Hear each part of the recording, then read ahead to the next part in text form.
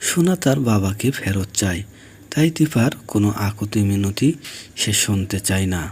সে জানতে চায় তার বাবা কোথায় আছে, কখন সে তার বাবাকে ফেরত দিবে। অন্যদিকে আড়াল থেকে কুন্তলা সব কিছু শুনতে থাকে যে সোনা আর দীপা কি কথা বলছে। সোনা কি সব সত্য দীপাকে বলে দিচ্ছে, নাকি সোনা কুন্তলা চক্রান্ত মতোই দীপাকে দূরে ঠেলে রাখছে। সোনা এখন তার মাকে ভুল বোঝা থেকে দূরে থেকে আস্তে আস্তে দীপার কাছে ভিড়তে লেগেছে। এতে কুন্তলার অন্তরে জ্বালা শুরু হয়েছে। কুন্তলা চায় সোনা যেন কিছুতেই তার মাকে সেনগুপ্ত বাড়িতে থাকতে না দেয়, আর সেই সুযোগে উর্মিকে হাত করে সেনগুপ্ত বাড়ির সবাকে পথে বসাবে কুন্তলা। তাই কুন্তলা এবার চক্রান্ত করে লাবণ্য আর সূর্যকে তার ছেলে রুডিকে দিয়ে ধরে নিয়ে গিয়ে একটা রুমে আটকে রাখে।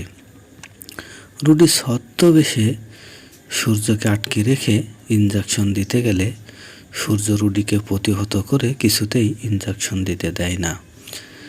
এই ইঞ্জেকশন দিয়ে রুডি চায় সূর্য সব স্মৃতি হারিয়ে দিতে, সে যেন কাউকে কিছু বলতে না পারে, চিনতে না পারে। কিন্তু সূর্য কিছুতেই এবার রুডির চক্রান্ত সফল হতে না দিলে রুডি রেগে গিয়ে পিস্তল বের করে সূর্যকে গুলি করার জন্য। কিন্তু কুন্তলা কল দিয়ে রুডিকে নিষেধ করে দেয় যে তোমাকে যতটুকু দায়িত্ব দেওয়া আছে ততটুকুই দায়িত্ব পালন করবে, এখন এসব কিছু করার সময় নয়। অন্যদিকে লাবণ্য তাদের হাত থেকে এসে সব কথাগুলো দীপাকে খুলে বলে। দীপাকে বলে, আমি ভালো ছেলেকে বাঁচানোর জন্য অনেক চেষ্টা করেছি, কিন্তু পারিনি। সূর্য এখন কোথায় আছে, কিভাবে আছে, সবটা দীপাকে খুলে বলে লাবণ্য। লাবণ্যর কথা মতো দীপা সবটা বুঝতে পারে যে কোথায় গেলে সে সূর্যকে উদ্ধার করতে পারবে রুডি ও কুন্তলার চক্রান্ত থেকে। তাই দীপা লাবণ্যর কথাগুলো মনোযোগ সহকারে শোনে এবং সেনগুপ্ত বাড়িতে লাবণ্যকে রেখে রূপা ও কৃষ্ণকে বলে যে তোরা লাবণ্যকে দেখে রাখ, আমার একটু কাজ আছে, আমি অন্য কোথাও যাব। দীপা রূপাকে বলতে চায় না যে সে সূর্যকে উদ্ধার করতে যাচ্ছে। তারপরে দীপার মুখোমুখি হয় সোনা। সোনা বলে, মা তোমার কাছে আমার এতটুকুই দাবি, তুমি বাবাকে নিয়ে আসবে, যেভাবে হোক বাবাকে উদ্ধার করবে। দীপা বুঝতে পারে না সে কি করবে। দীপা সূর্যকে উদ্ধার করার জন্য ছুটে চলে যায় কাউকে কিছু না বলেই। কিন্তু রূপা বুঝতে পারে যে মা বাবাকে উদ্ধার করার জন্য কোথাও গিয়েছে।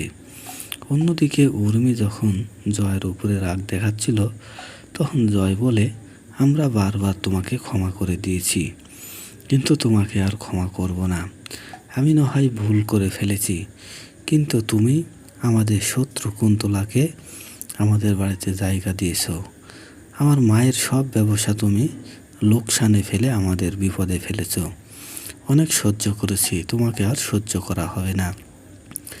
লাবণ্য আমার মেয়ে, সে আমার রক্ত, তুমি যদি আমার ভাত না খাও তাহলে তোমাকে ডিভোর্স দিয়ে দেব।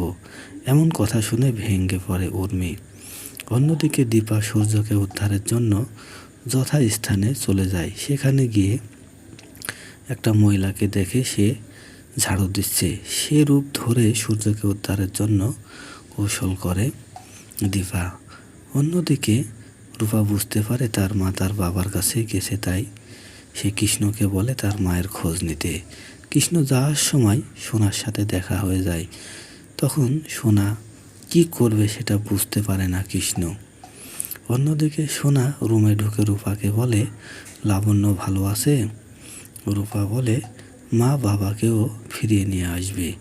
তারপরে দুই বোন কাছাকাছি হয়ে একে অপরকে মহব্বত করে। অন্যদিকে ছদ্মবেশে দীপা যখন সূর্যকে উদ্ধার করতে যায় সেখানে রুডি আসে। রুডির গলা শুনেই দীপা চিনতে পারে। তারপরে রুডি যখন ভিতরে চলে যায় দীপা ও ছদ্মবেশে সবটা জেনে যায়।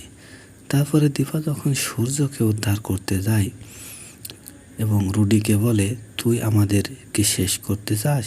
তখন রুডি ইঞ্জেকশন দিয়ে দীপাকে অজ্ঞান করে দেয়।